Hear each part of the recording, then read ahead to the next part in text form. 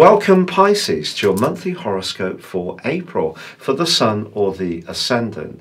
If you've yet to subscribe to my channel, I'd be honoured if you did so now. Please click on the bell notification symbol. This month begins with the Sun in the part of your scope to do with everyday resources and also how you feel about your own self-worth. But in your sign, you still have Mercury and Neptune.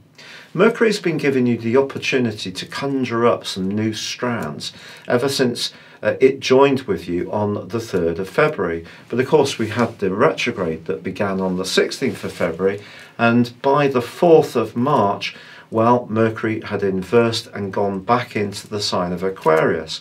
So if a plan has stalled a little bit or not gained the momentum and traction that you would have hoped, the great news is that it can start to do so now.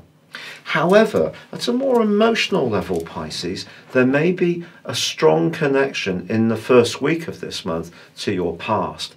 It's possible that this could be linked to a painful event that is yet to be completely cleared from your emotional DNA. If you do need to think very carefully about something, or you have a sudden start about, oh wow, that happened, I haven't thought about that for a while, or even a face from your past gets in contact, it could at first seem a little bit unsettling, but actually it's an enormous opportunity to revisit this issue and clear it away from within you. Also, Jupiter, the planet of growth, is in a glorious alliance with Pluto for the whole of this month.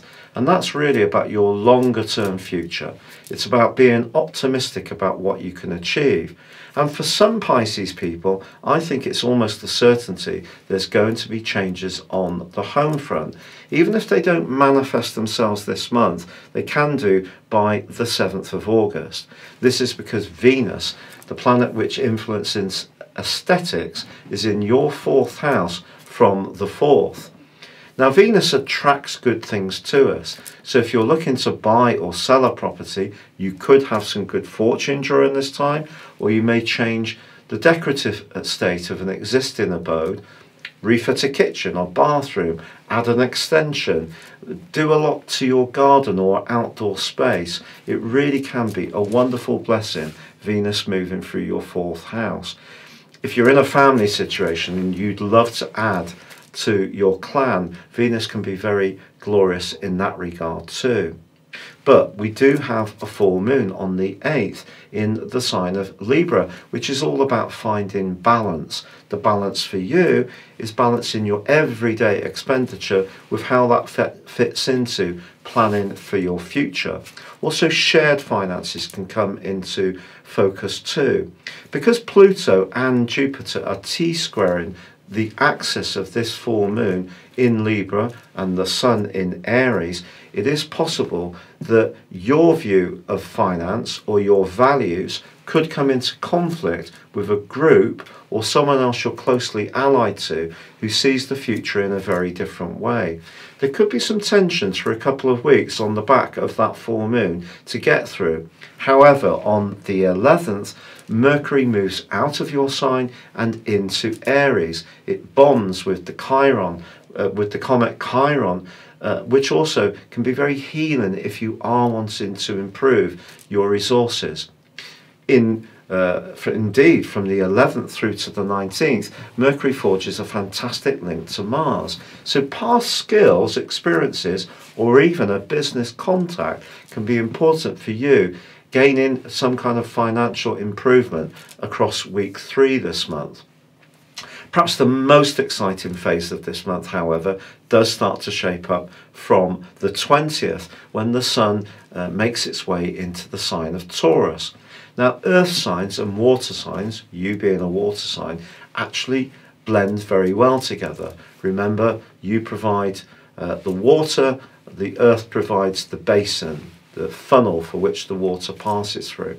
So the Sun moving into the sign of Taurus can see your mental faculties pick up, but in a way where you're wanting to see tangible improvements. But also by the 23rd, there's a glorious new moon which embraces the dynamic and restless energies of Uranus. Don't be surprised if you find it difficult to sleep towards the end of this month, Pisces, particularly with Mercury moving into Taurus on the 28th. But all this is going to create a welter of excitement, good excitement. Your mind is actually going to be popping with different prospects about how you can take your situation forwards. Now, some of this could be linked to technology, some to communication, a change around a mode of transport, or perhaps that change of residency. Because if you have been feeling restless and something hasn't been working for you in terms of where you're living, Venus moving into Gemini, but this very alive energy buzzing you up towards the end of this month can give you the impetus to make some changes. If your home situation is actually pretty settled, the combination of Uranus and the new moon would be a great time to learn new skills, to go on a training course. If you have knowledge you want to impart to others, think about how you can convert that into an income. If you are a very skilled communicator at the best of times, you can find new ways to add to your way of being, or you can find your belief systems going through some quite radical changes.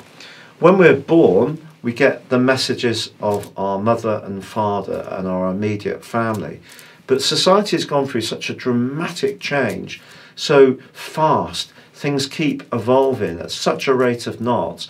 It's possible that some of our ideas can get a bit marooned. They become a little bit out of date.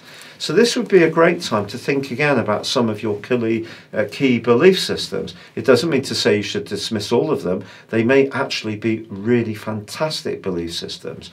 But you can update them, perhaps adapt them to the modern world that we live in. So something very exciting is going to be happening towards the end of this month. You can see you on the move. It can see you more active. It can see you very agile of mind. It could see you breaking free of some kind of restriction that's been holding you back. Uranus can separate, but also it can bond us with other exciting stimuli and people and situations.